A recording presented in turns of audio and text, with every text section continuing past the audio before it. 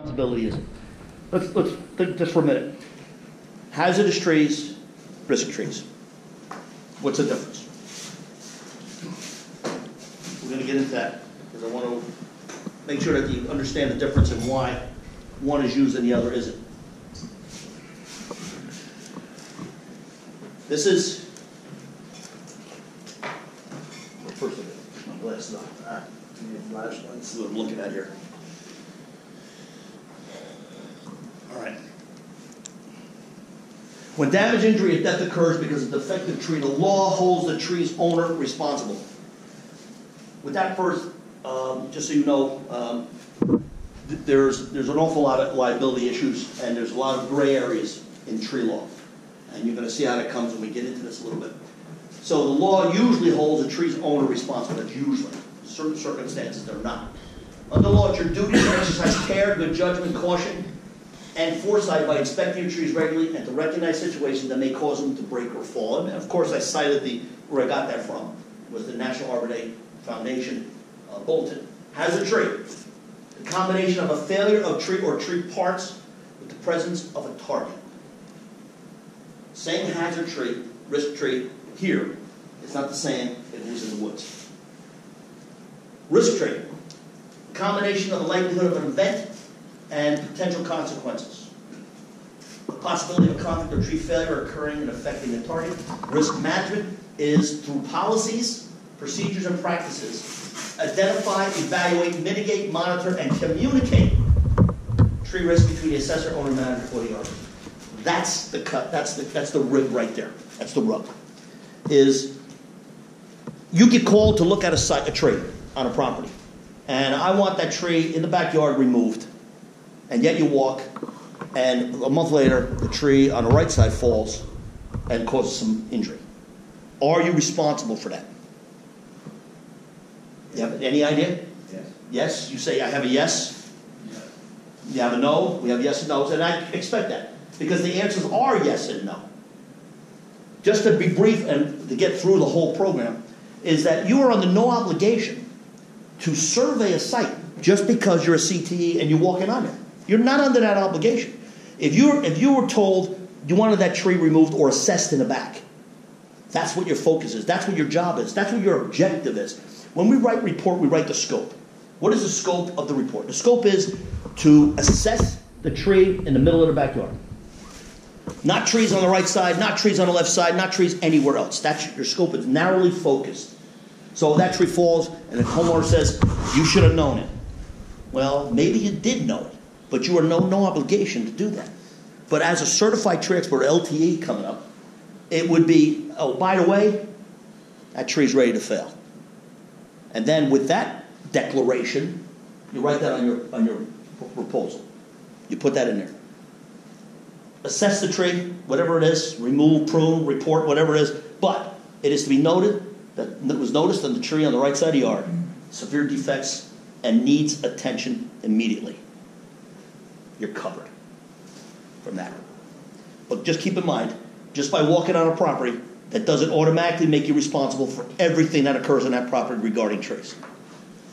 Provided you have your estimate comes in and it says, look, assess tree, pin up backyard. And if it says, look at other things, okay, then now your scope widened up. But you focus on what the scope of the job is. So that's what risk tree management is. And it's important to note that you see, identify the risk, evaluate it. Can you mitigate it or recommend mitigation for that risk? Watch it and communicate that between you and the owner or the manager or the arborist. Because a lot of us are not climbing trees and doing tree work anymore. We're now consultants and referring to the arborist who is doing the work. So there's the important part. Yeah?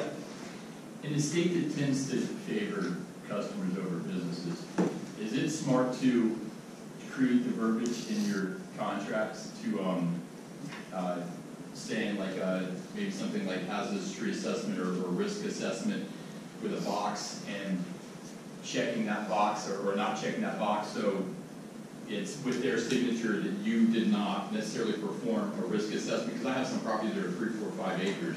Yeah. I'm not trying to stay there all day. No, what Most contracts will have it. Mine does. That states this inspection was a visual inspection only and does not constitute an assessment of the trees on your property. Okay. There's a verbiage that was used, and I think, I don't know, maybe you could help me, Laura. I'm going to bring it next class because, yes, it was given to us by an attorney at a conference, Yes. TCIA one time. That's He it. said, everybody, if you've got a company and you're doing tree work, you need a waiver like this, a note like this on every proposal that goes out. Right. We promptly added it, and I'll bring the words Yes. next time I come. Yep, we did the same thing. When you get the answers to the test, you want to take the advice and put them in there. Every contract should have this. Absolutely true, and that will protect you. All right, hazardous trees or risk trees. It's an older picture, but it still gets the point. Are they hazard or risk trees right now? Take a guess on what they are. The Bradford pears, right? So are they a risk now? What about 10 more years from now? Yes. Right, so that's the difference between, it's a matter sometimes of time. May not have a risk at this moment, and the trees come up fine. However, in a few years, these trees will start to self-destruct. So that's the difference between now and later. And that's the same thing with included bark and poorly attached branches. Not now, but definitely later. Looking at this situation, you have a dead tree right here, kind of wooded, there's a railroad track in the back here, not knowing anything else, hazard or risk, or none of the above. None of the above. Engage. Just a wooded area. Just wooded area. Even though you don't know what's under there, would you, if that was a wooded area with no access, is it a hazard or risk tree? Risk. I mean, it's risk, No target. no target. Yeah. So then is it a hazard? No. No. So it's where it is also. And that's got to be made clear.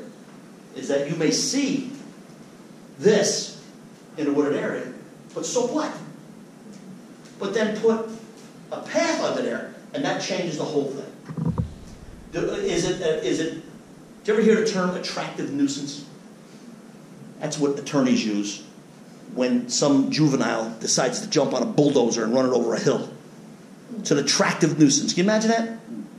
A juvenile delinquent jumps on a tractor, runs it over a hill, and kills a $250,000 tractor, and yet you're at fault because it's an attractive nuisance. Right. All right, so I love it. so you got to watch this. Attractive nuisance. Is there something underneath there? An old foundation of a house. Kids are drinking beer under there.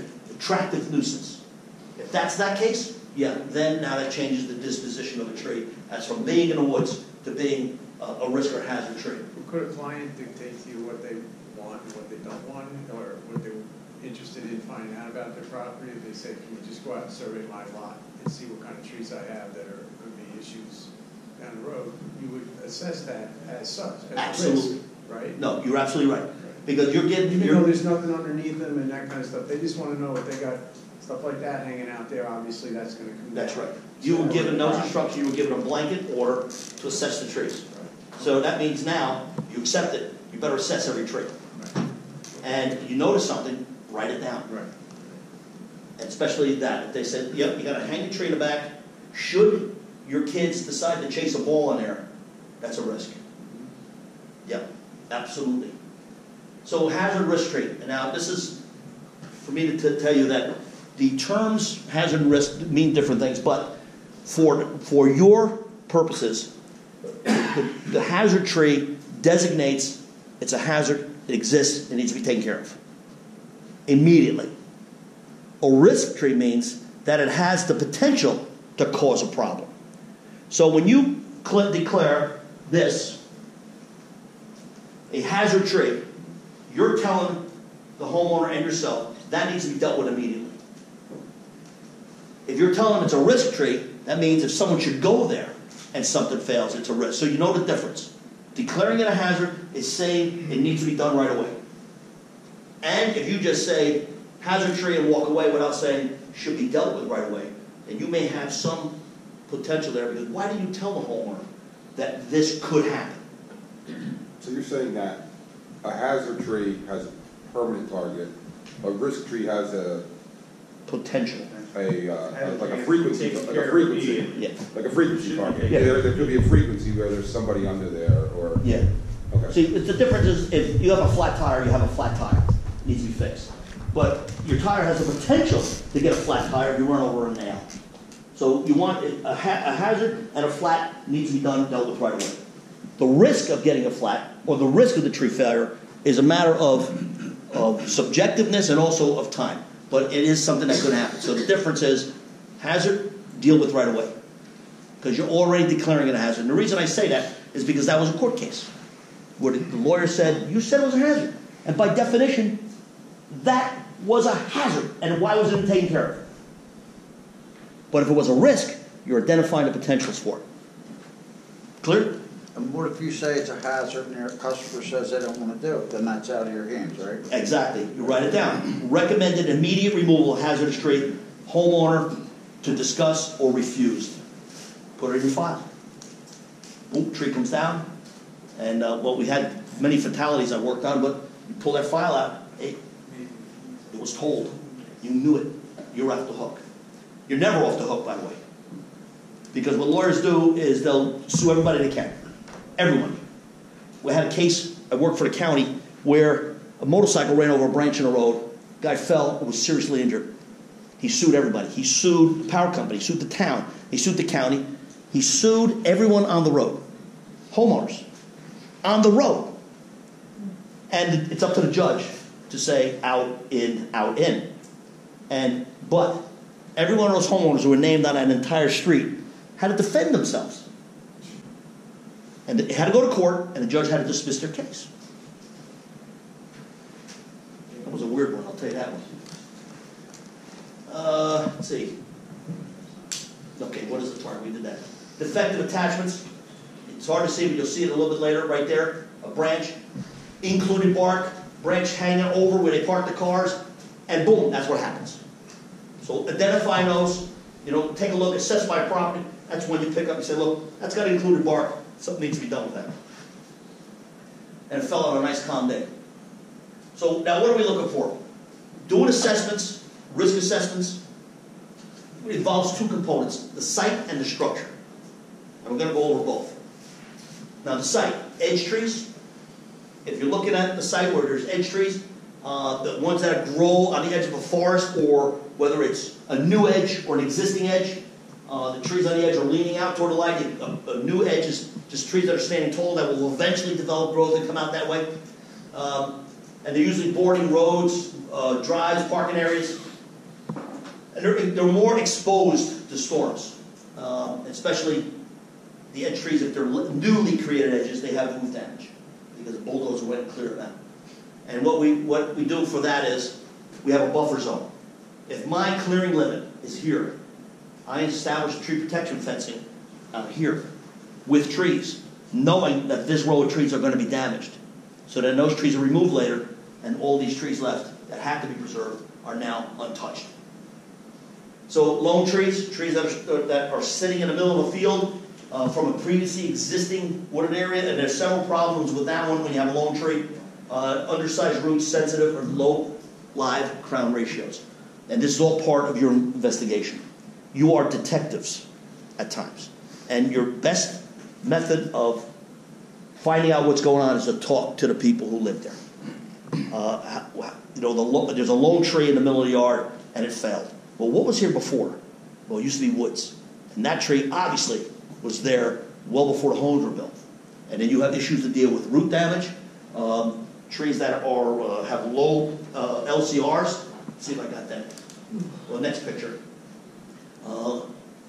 And then now, is it a high traffic area? Vehicles, pedestrians are more prone to compaction. And I'm working on a site right now by Atlantic City where we're preserving trees, put the fence up, and yet the machines ran over the fence and over the trees. So if you're not there every minute of the day, so compaction is something that the guy ran over it, got back up, put the fence back up. You may not know anything that happened. You may not know the roots are compacted because they did that. So you got to look at that. You got to check for compaction, especially in construction areas, and then new developments, trees that were there before. They have a high incidence of defects and disorder after it's been developed because you took a tree from the woods and now you made it a lone tree. You took it out of what it was in. Many forces are against that tree because now you've taken out its wind buffer. Now it's subject to wind, has low crown ratio because it's growing high, competed with the other trees, and everything around it was removed. So you got major issues. So you may have that one big tree, which I think is there, on a construction site. And without a proper assessment, you may be just whistling in the wind. This ended up being a championship black willow tree in Marlboro. It was found in a wooded area for development. But vines and everything on it, it's been cleaned up and such, but taking it out of the woods and leaving it there. It could be a good idea, but most time it's not. Because now this tree has no buffer. It has, look at the crown ratio here. These are all vines coming down. Dead branch, this is where you're talking about. Probably 40% live crown ratio. So will the tree sustain? And one thing that strikes your credibility is save that tree. And then the next year it falls over. Or dies. So that's where your professionals come in and your assessment. You have to go in and look. Did we adequately protect the root system around here? Was it protected during construction? And was that those vines removed by a professional and not a backhoe? But it ended up being a championship tree. There's an industrial building right here. Actually almost on the edge of that slide where that was. So you got a lone tree, came out of the woods, and there it is. Wet sites. And sometimes these sneak up on you. You know, wet site doesn't mean you're squishing in the grass. High water tables are down 6 inches, you'll never know it. And so they develop shallow root systems. You know, all over the storms. I can't tell you how many of those plates I've seen sticking up out of the ground like a doormat, just flipped up on its edge. No roots penetrate the ground at all. And then you get down there and the water fills up the hole that's left behind. And particularly the smaller trees, dropped in a ball from a basket put in there. It just falls over. It's like a light socket. It just pops right out of there. So you have shallow root systems, more predisposed to wind throw. And when you're dealing with grade changes, you're changing the water level, the water runoff, and all kinds of things. Shallow soils, rocky soils are more prone to wind throw. This was a tree that actually killed somebody in Watchung. It was in a rocky soil on the side of a quarry. And during remember that October snowstorm? It was a freaky storm? Grabbed the whole tree and laid it down 100 feet. Hit a guy at the perfect timing. Driving down the road and just killed him in the car. And the other side was saying that everybody should have known that tree was going to fail. So I mean, it was a ridiculous statement. Because you'd say, there's 1,000 trees on the slope. So the homeowner, the owner, should have been able to pick out that one tree 90 feet up the hill and said, that tree's going to fail. But rocky soil, that's something that you assess, is that once it gets lubricated, the roots will pull out of rocky soil. So as part of your assessment is, it's a gravelly soil. Chance of the tree failing during the right conditions is greater than if it was in a different type of soil. So knowing the soil is important as well. Knowing which trees are susceptible to lightning, that's just a list of them. All right, structure. The tops, the stems, and then the roots. We're going to look from top to bottom. Well, some species are more brittle than others. We know that. You know, I use the example of white pines to pin oaks. Some are more brittle. And some cities don't allow you to plant them. Some towns won't. And look, Bradford Pear down there, amazing. And some species like elm have dense branch ends. So different growth for different types of trees. Frequently you'll see this maple on one side and maple on the other side of the sidewalk. One is good, one isn't. And that's simply because of soil. Top and crown, you got to know the tree history. Trees with a history of branch failures are more prone to branch failures. Did you ever notice that if you see an old white pine with broken branches, that every year seems to be another branch break?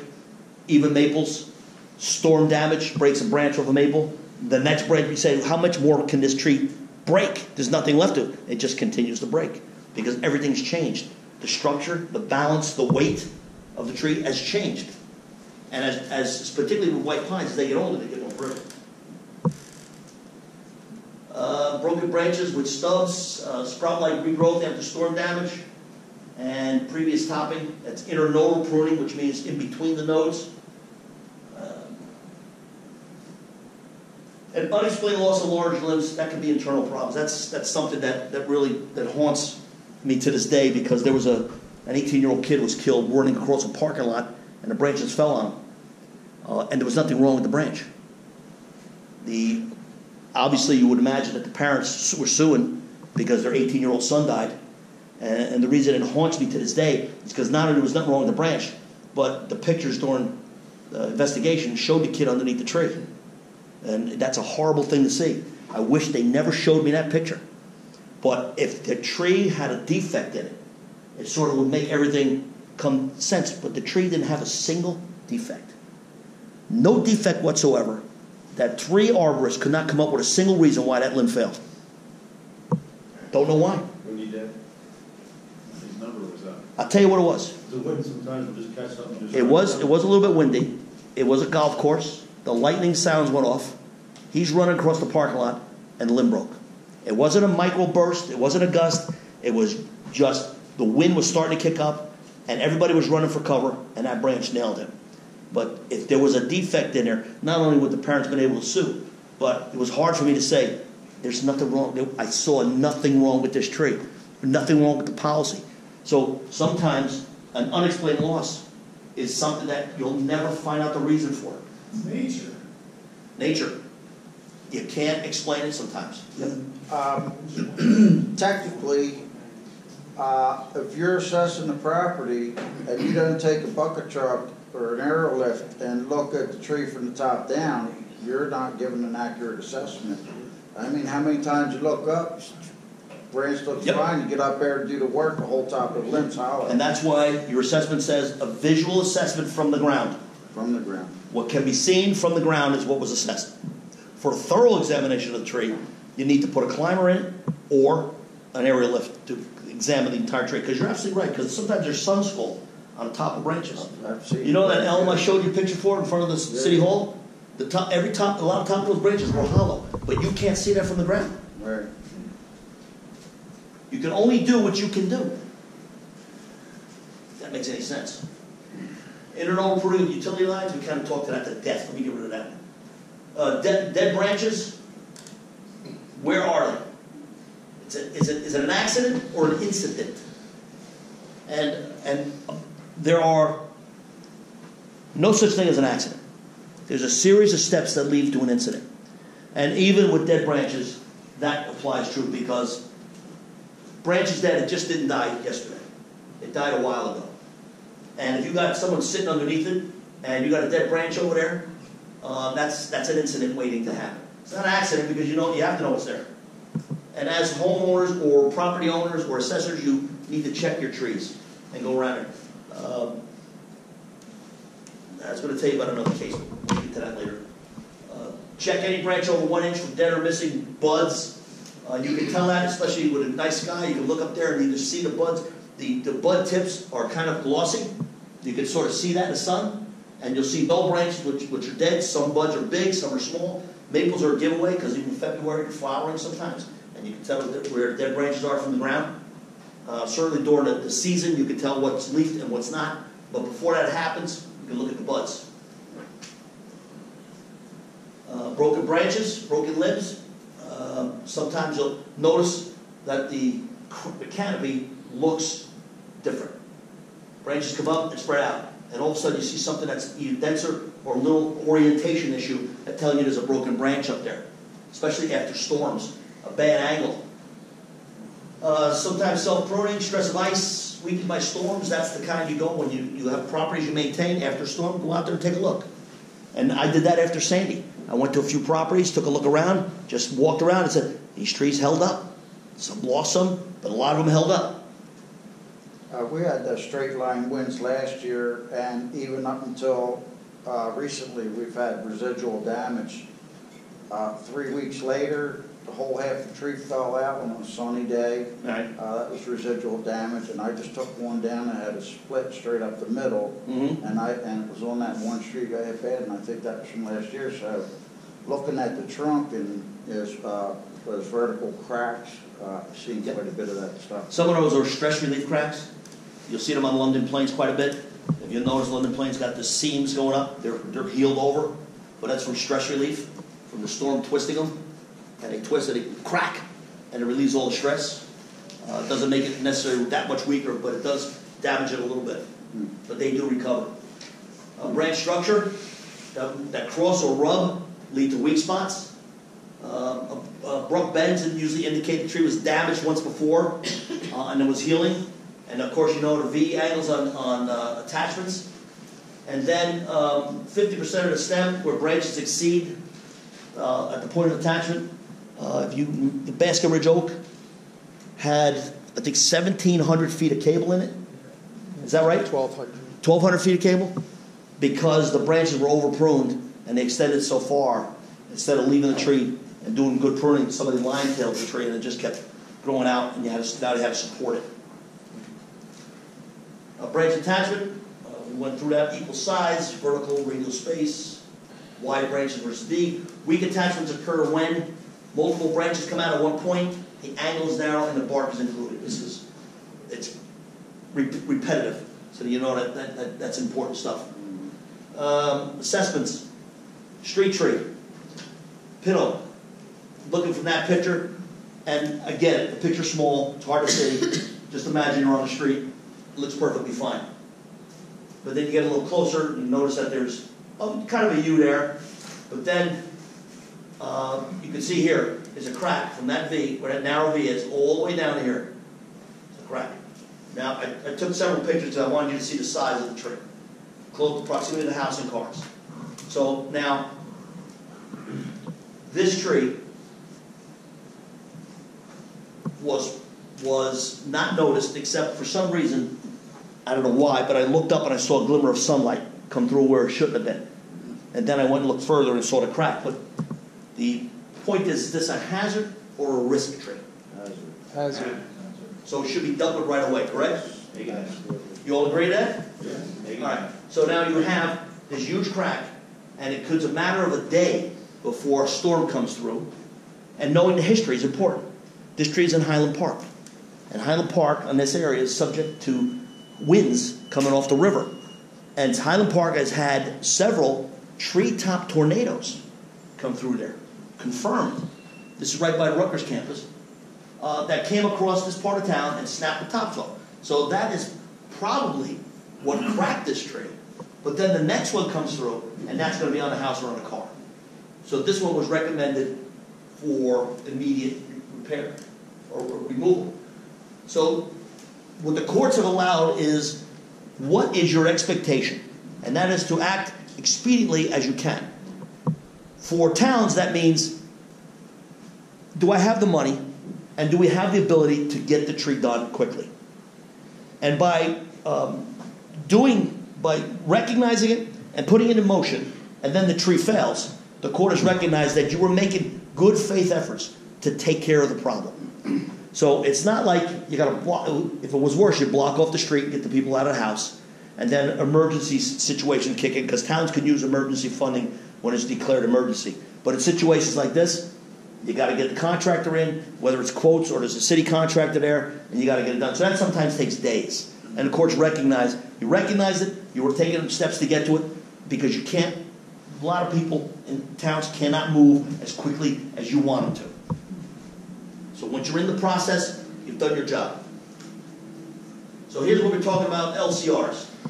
Different live crown ratios. 15, 30, 50, and 75%. This kind of puts it in perspective of what I'm talking about when you want to go from 50 to 60% live crown ratio, when you have this, and you can see how the tree is top heavy. How if a wind comes in, it's just going to push that entire tree over, bend it more significantly than it would this or this one. And that's one of the reasons why that ratio is important. It's kind of been out a few years, but more and more attention has been put toward live crown ratio. Tree health, is the tree vigorous? How do you find that out? Twig growth. Looking at the twig growth, the extension. Is it 2 inches? Is it 6 inches? Is the leaf good? Is it good size and color and condition? and certainly compared to other trees. I was down at the, on Little Silver yesterday, right on the bay.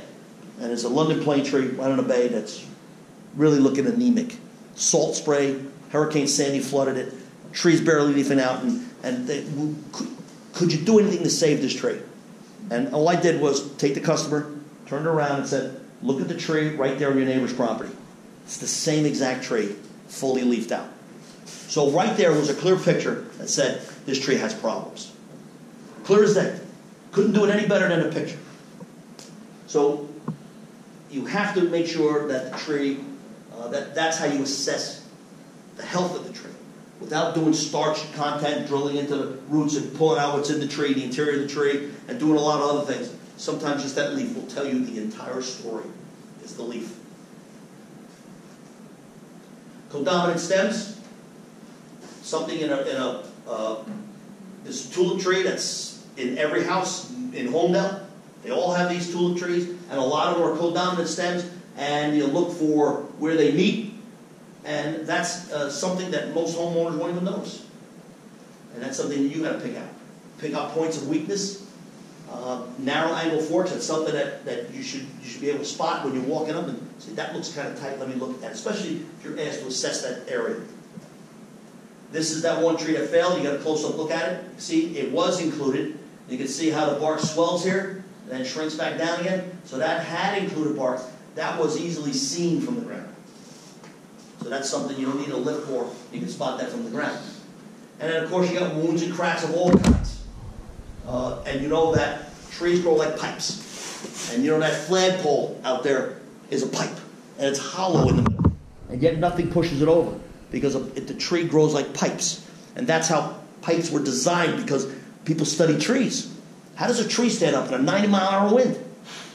How does a palm tree resist 120-mile gale force winds? You know, did you ever see a palm tree fold when a hurricane comes through? All the fronds go from around, they fold like this. And they collapse. And the wind goes right past them. And have you ever seen a root system on a palm tree? It's the size of a basket. And they stay up. It's really cool. So when you have a pipe and you put a fracture in that pipe, then you weaken it. Because that tree could be hollow, but solid around the outside, and be fine. And stay there. But once you fracture the outside, you've now put a weak point in the pipe structure. So seeing that, whether it's here, the entire length, whether there's a canker up here, or wherever this entire structure is compromised, then that is weaker. Decay results in a lot of failures. And this was here because of two things. I'm going to read this first. But during the hurricane, the ISA with Dr. Smiley from Bartlett set up a program, and I wish I could remember the name of it. It was tree failure database.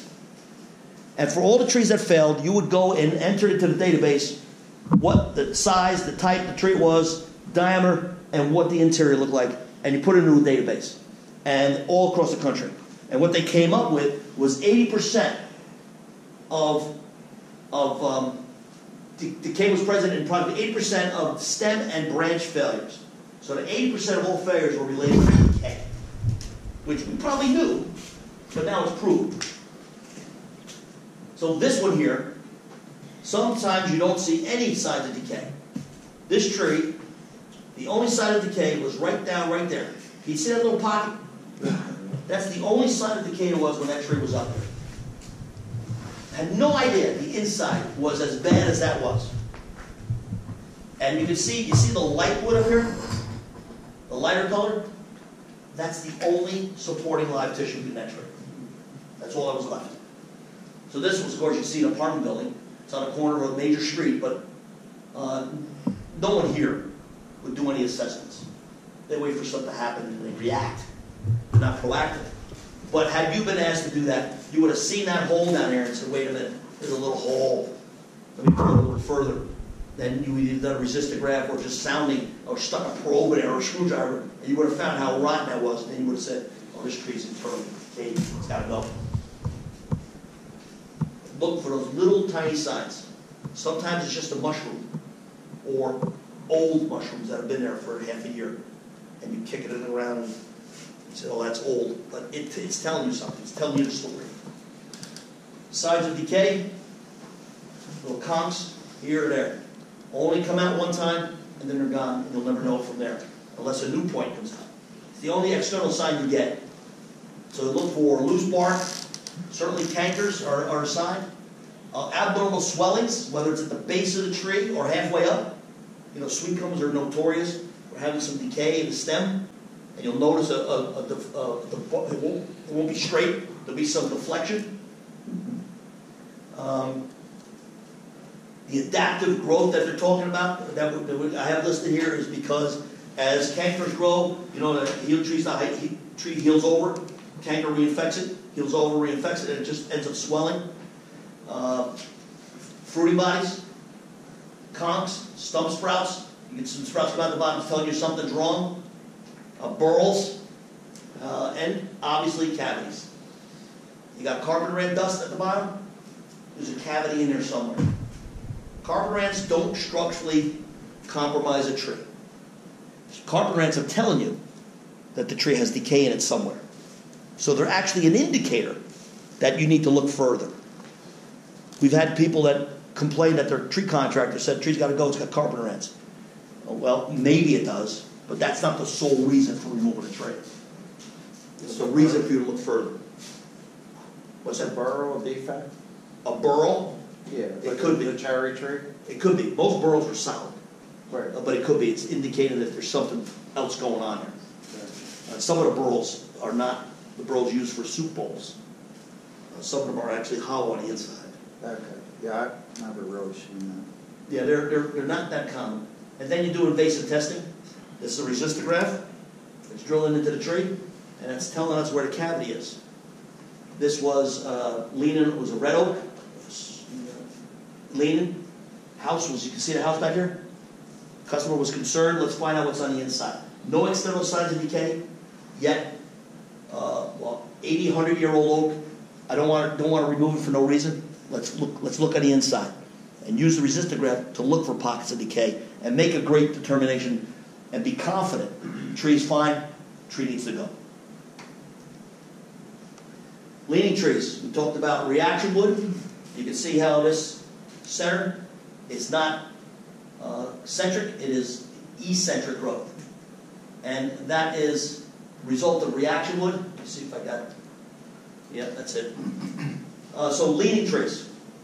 A leaning tree is not necessarily a weak tree. Was it pushed over from wind, or did it grow that way? It was competing with another tree. Competing with other trees. So it grew that way. So you have to know that. You have to know, was the tree leaning, or did it grow that way?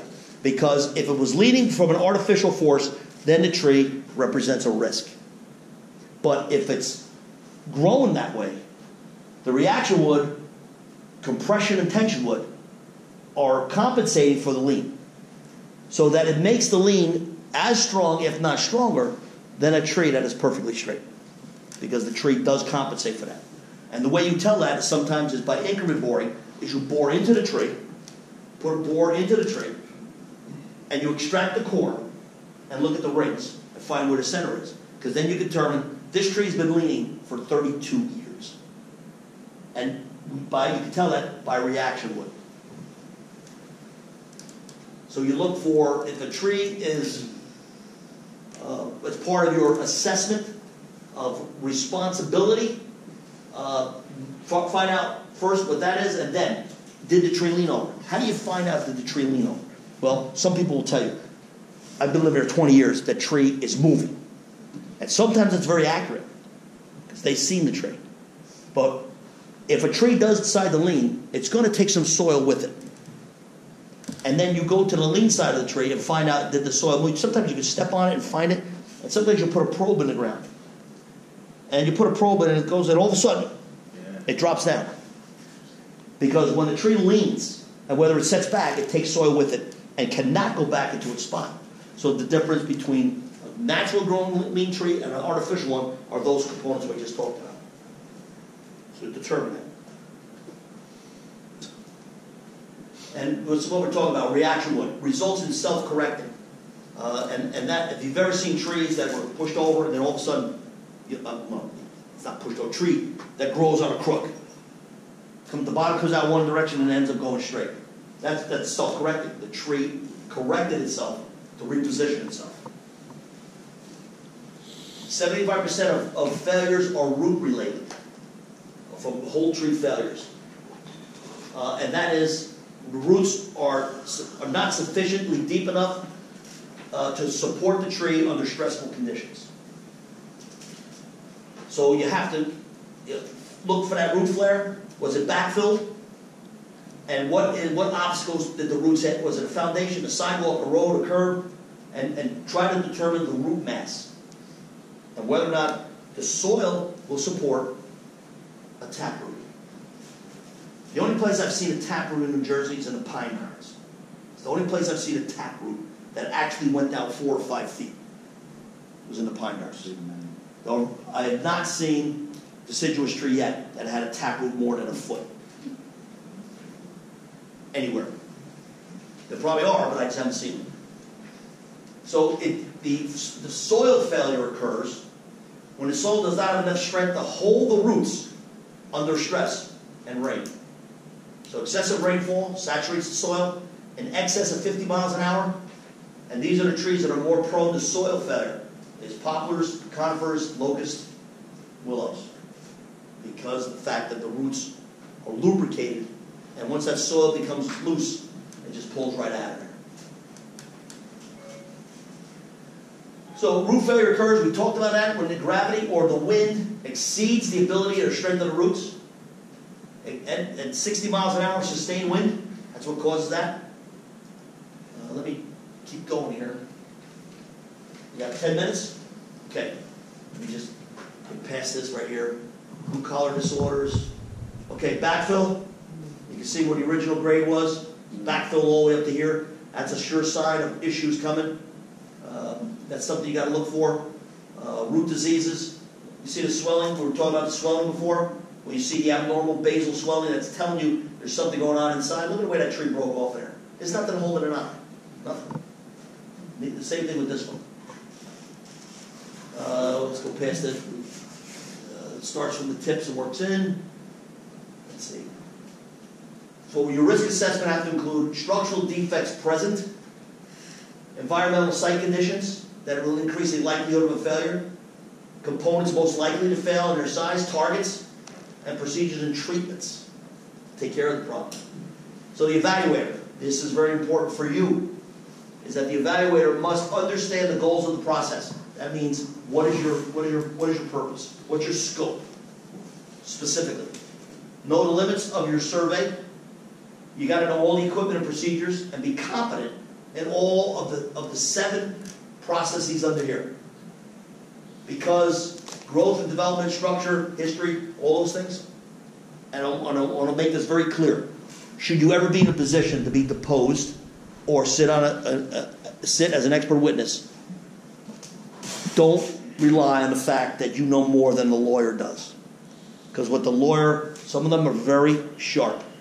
And the way it works is very simple. I'll ask you one question. I'll say, how long have you been driving your car? 10 years. 10 years. Did you ever change your tires on it? Yes. And how often do you change your tires? My point is this. I'll ask him a question, and then I'm going to follow up on his answer. Because your answers determine where the attorney goes. He uses you as direction. And you'll see attorneys that are standing there with a pad. They got nothing written on it. They'll have the first question, and then you're telling them where to go. So if you're looking at, they'll study up, and they'll know some things. And if you don't know those, one point, he's going to hammer you on that one point, and then you've lost your credibility. So my point is this, is that where it says right here, be competent in the assessment of all components. Because you're on that stand, and they'll pick out one component that you hesitate or stutter or don't know, and then you're done. Make sure you fully understand what you're working with, and you know all those components.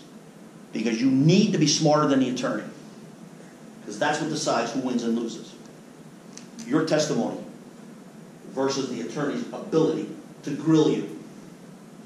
It's not like TV. What does using the rating mean? Say that again? Using the rating, Oh. what does it mean? That's this. In the tree risk assessment, Yes. there's a sheet here that you actually will rate trees on numbers. That there's a chart they use in here. It's a form, and that you'll rate leaf color. 1, 2, 3, 4, and you'll come up with a series of points. Use the rating. This is what I meant. Not explain. I'm glad you asked that question. So let me speed up. Boundary line trees. You got to know who owns the trees, who's responsible for them. This was several large trees were removed when the owner was on vacation. The defendant had asked to have them removed, so the contractor came in and said, "Yeah, I want those trees removed. Those are mine." Or he said it was okay, and the contractor went in and took them out. So the result was it was $53,000 award plus $21,000 interest, based on the trunk formula method here. Plaintiff has a duty to make the situation whole, which means if he cannot replant every one of those trees to the original condition, he has an obligation now to pay compensation for that. So that person who ordered those trees removed ended up with $74,000 in damages. And where are the tree guys? The tree guy in this one was let go, and I don't remember why, but the homeowner was responsible for that.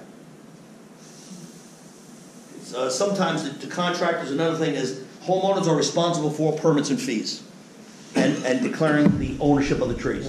So you got that in your contract. So that means that if, in good faith,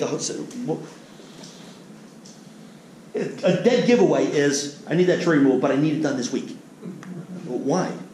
Well, not telling you that the whole neighbor is on vacation that week. So you got to pick up those clues. All right, what duty of care does a landowner have in the maintenance of trees on his property? Hey, look, can we get some lights, Joe? Joe, put some lights on. You don't need to see these. I just read them. Just get more light in here. All right. So what duty of care does a landowner have in maintenance of trees on his property? Sorry. I'm not going to answer the question. You are. Deadwood, What's that? Deadwood over So he's responsible. Responsible. What? Yeah. What responsibility for the maintenance of the trees? Deadwood? over someone else's Right. property. But we're going to get to a bigger picture than picking out a specific thing. Hazards. Hazards. Hazards. The maintenance of his trees. If there's trees that are risky, that are dead, that have targets, the landowner has a responsibility to take care of those. So it's a situation of, if you have a lot of acreage, you're not expected to look at all your trees. You're only expected to make sure that the trees that have targets are at least looked at. And that can easily be done as you're driving in and out your driveway. You're coming in and out the road. The same place people travel, where you travel. You see a dead tree, don't ignore it. So you have a responsibility. There's a case in Pennsylvania where the homeowner knew he had a dead tree and it fell across the lines, hit a power line, knocked the line down, and killed the guy in the car. And it was quite a distance in. So they tried to blame the power company. Said, well,